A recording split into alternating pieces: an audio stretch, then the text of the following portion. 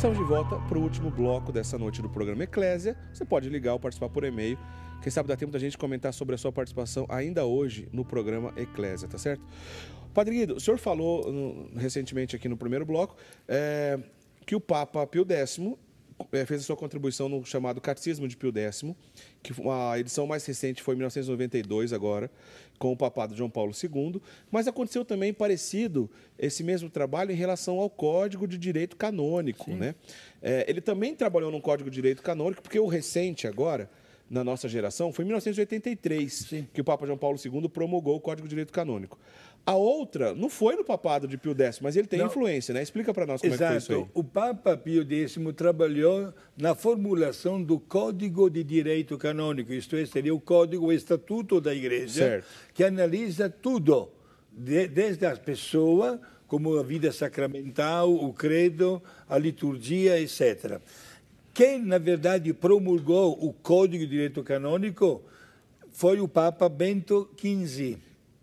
O Papa Bento XV. Pio X já tinha falecido, então. Já tinha falecido. Porém, durante a sua vida, ele trabalhou bastante nesse importantíssimo documento da Igreja. Ele não deixou de lado esse trabalho. Não chegou à conclusão. Aliás, podemos dizer que o término da vida do Papa Pio X foi triste. Pois é.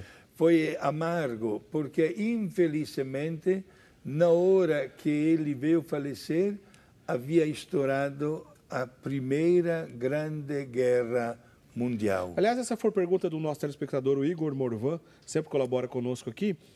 A Primeira Guerra Mundial começou justamente em 1914, o ano que ele faleceu, que o Papa São Pio X morreu. O Igor Morvan pergunta, será que isso apressou a morte de Pio X, no início da guerra? Olha, Pio X foi um grandíssimo profeta, digamos assim. Trabalhou para conseguir alcançar o objetivo da paz. Só que esta palavrinha tão pequenina não estava sendo respeitada nos países da Europa, que estavam divididos em dois grandes blocos. Um bloco fiel a alguns países, outros, né? E havia uma situação meio estranha chamada de Pax Armada. Isto é, os países estavam em paz, mas ao mesmo tempo construindo armas, em vista de uma possível guerra de um país contra o outro. O que é que aconteceu? O príncipe, que deveria tornar-se o imperador da Áustria, Francisco Ferdinando, ele casou e, em lua de mel, foi pedir a bênção do Papa Pio X. Certo. E o Papa Pio X, numa visão muito profunda, querendo sempre o bem das pessoas, acolheu este casal, mas sentia dentro de si que alguma coisa estaria para acontecer, não das melhores. E tinha razão, porque poucos dias depois, na cidade de Sarajevo, hoje na Bósnia, né, e este candidato a ser o imperador foi morto violentamente. Gente, dentro de uma semana, os países aliados com a Áustria e a Alemanha entraram em guerra contra os países aliados contra a Rússia. E a guerra iniciou o seu trabalho por 4 anos, até o ano 1918. Puxa vida. E criando situações muito horríveis, milhões de mortes, e também de pessoas inocentes, e também o homem, infelizmente, usou meios de eliminação nunca vistos anteriormente, né? E tivemos muitos países arrasados e uma destruição total, né, da Europa. Este fato foi muito pesado na história da Igreja. E, infelizmente, Eric e prezados amigos, como se não bastasse, parece que o homem fica às vezes endurecido no erro, O mesmo aconteceu poucos anos depois, com a Segunda Guerra Mundial. É verdade. E sabemos as consequências desta situação. A verdadeira paz é que ficou só no papel, mas que o homem não soube respeitar. E sempre a figura do Papa, ora promulgando diretamente, pedindo a paz, ora intercedendo, ou como São Pio X, quase que imaginando ali, prevendo situações, sempre ali presente a figura do Papa, né? Agora, Padre Guido, só voltando rapidamente para encerrar esse assunto. Então, ele morreu em 1914. Sim. O Código de Direito Canônico foi promulgado em 1917, já no papado de Bento XV. Em poucas palavras, o que teve de novo e de importante nesse Código de Direito Canônico? Bom, no Código de Direito Canônico, ele definiu muito bem os parâmetros da Igreja. Certo. Quindi toda a parte jurídica da Igreja está exatamente no Código de Direito Canônico, até o ponto que hoje nós padres, diante de uma questão, de um problema que existe na vida sacramental, por exemplo, apelamos ao artigo do Código de Direito Canônico.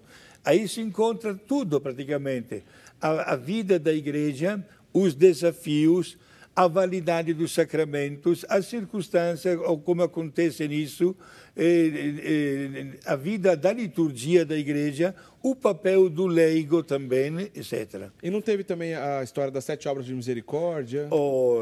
Olha, você tocou num assunto muito importante, o catecismo.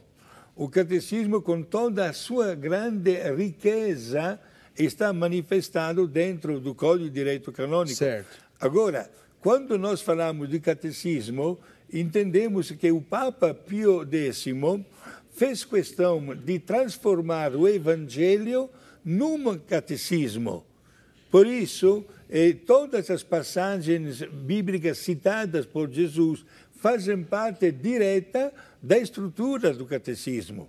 Você está falando das obras de misericórdia corporal. Certo. Ora, se nós pegarmos neste instante uma Bíblia, abrimos, por exemplo, o capítulo 25 de Mateus, encontramos as 7 obras de misericórdia corporal. A Igreja, num aprofundamento destas obras de misericórdia, colocou também e escreveu as obras de misericórdia espiritual. Por exemplo, dar bons conselhos, instruir os menos esclarecidos. Olha só uma feliz coincidência. O Evangelho de ontem. É verdade. Né, que falava de corrigir... correção fraterna, né, Padre? Exato, corrigir os erros. Corrigir os erros faz parte exatamente de uma obra de caridade querendo o bem da pessoa, né?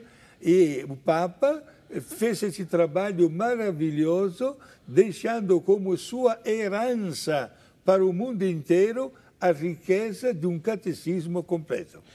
Algumas passagens da vida de São Pio X também, a gente ouve falar de curas, até mesmo milagrosas. Teve alguns episódios dessas curas milagrosas na vida de São Pio X? Sim, é mais de um caso durante a sua vida pública, digamos assim, belíssimo aquele exemplo de um menino com um tumor na cabeça. Quando o Papa passou na Basílica de São Pedro, perguntou para o Papa: Santo Padre, o Senhor representa Jesus aqui na Terra? E o Papa, usando uma linguagem tipicamente infantil, respondeu para esta criança, repito, com um tumor na cabeça: não mereço este lugar, porém, sim sou eu. Por quê? Porque quando pediram coisas boas para Jesus, os doentes, Jesus curava. Sim, tem tantas passagens no Evangelho, falou o Papa para ele. Então, Santo Padre, disse o menino, eu estou doente, me pode curar? Gente, a criança falou com uma espontaneidade tão bela e simples, que o Papa disse, ficou sem jeito e respondeu, sim, fica curado. E na mesma hora ficou curado. Olha que bonito. Foi um grandíssimo milagre que aconteceu dentro da Basílica de São Pedro, em Roma. E de um outro caso também tivemos de uma mulher que repetiu a mesma cena do Evangelho, que pensava, aquela mulher que perdia sangue, se chego até tocar na roupa de Jesus, tenho certeza que alguma coisa vai acontecer. E esta mulher chegou a tocar na veste, na túnica branca do Papa Pio X e foi curada na hora.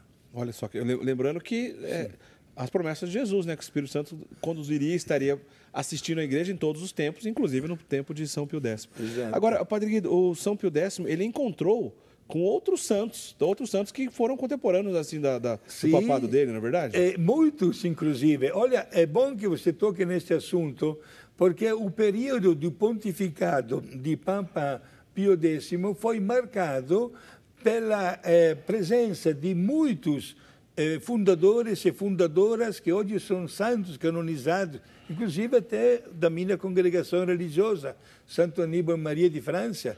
Chegou a conversar com ele? Muitas vezes, inclusive o Papa deu para o Padre Aníbal o dinheiro para construir uma igreja de madeira no bairro mais pobre da cidade de Messina, na Itália. E a coisa curiosa é que um dia o Padre Aníbal ele foi conversar com o Papa Pio X e disse: Santo Padre, estudei para dar um nome à congregação que eu estou fundando e entre tantos belos nomes achei o nome de rogacionista, da palavra rogate, que significa rezar pelas vocações. E o Papa ficou ouvindo o Padre Aníbal, né, sobre este nome de padres rogacionistas e a um certo ponto interrompeu o Padre Aníbal dizendo: eu sou o primeiro rogacionista. Bonito. Porque eu que rezo pelas vocações e faço de tudo para promover as vocações do mundo. Ele também encontrou com o Madre Mazarello, que é da família salesiana. Sim. Dom Orione. Dom Orione era o outro grande santo que frequentava o Vaticano, não digo todos os dias, mas quase, né?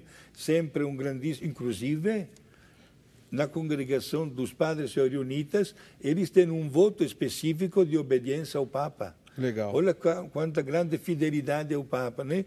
É um Papa que dava o que podia para esses fundadores para que pudessem tocar para frente as suas obras. Eu disse que eu ia contar aqui para vocês quais foram as dioceses que o Papa São Pio X criou. Foi a diocese de Taubaté, interior de São Paulo, foi criação do Papa São Pio X, e também a arquidiocese de Aracaju, no estado do Sergipe, São Pio X que criou. Para a gente encerrar, nosso tempo já está terminando, Padre Guido. Vamos colocar aquela foto aí, produção, do Papa São Pio X usando a tiara. A tiara papal já está em desuso, está aí, ó. Essa espécie de mitra ou a tiara que o Papa usava, sim, não está mais costume usar hoje. É que existe uma frase que está no túmulo de São Pio X que tem a ver um trocadilho com essa tiara. Conta pra gente que frase é essa, Padre Guido. Exato, veja só, ele sempre dizia que queria morrer pobre e humilde, né? E no túmulo dele se encontra esta frase: a sua tiara era formada por 3 coroas: pobreza, humildade e bondade. Um homem que nunca, digamos assim, usou esta parte assim vistosa, né, de luxo, etc., mas manteve uma sobriedade de comportamento extraordinário. Inclusive, ele fez questão de morrer pobre mesmo. Aquelas poucas coisas que ele tinha, deu tudo para os pobres também, e se sentiu plenamente realizado. A tiara é um gesto do poder do Santo Padre, o Papa. Né? O último Papa, inclusive, que usou a tiara foi o Papa João XXIII, que hoje é santo, né? Muito bem. Padre Guido, nosso tempo está acabando. Por favor, nos dê a bênção, como de costume, para encerrar o programa. Vamos dar a bênção para todos, de uma maneira especial para a Cristina Roberto de Teófilo Toni, né? E para o doutor Carlos e a dona Cristina, também de Bauru, que estão ouvindo o nosso programa, e para o Wagner, lá no Ceará. Meus irmãos, estamos sempre à vossa disposição. Somos pessoas capazes de entender que a melhor maneira de viver bem é de professar o mesmo credo e o mesmo amor para a igreja que somos nós. A bênção de Deus Todo-Poderoso, o Pai, o Filho e o Espírito Santo. Amém. Amém. Obrigado, Padre Guido. Na semana que vem, o Padre Guido excepcionalmente não está conosco no programa Eclésia, vai estar trabalhando no capítulo da Ordem dos Rogacionistas. A gente continua o programa, o nosso padre amigo Vander Maia fará o programa conosco. Aliás, a gente vai falar sobre um tema interessante, né? Sobre por que a Igreja Católica condenou a teologia da libertação. Faz 30 anos do primeiro documento que condenou a teologia da libertação, que foi promulgado, então, ainda no papado de João Paulo II.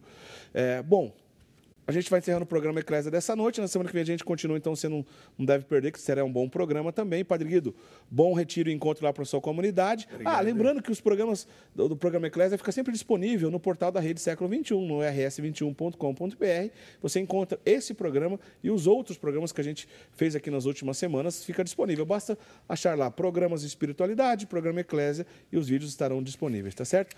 Boa semana, a gente se encontra na semana que vem. Tchau, tchau.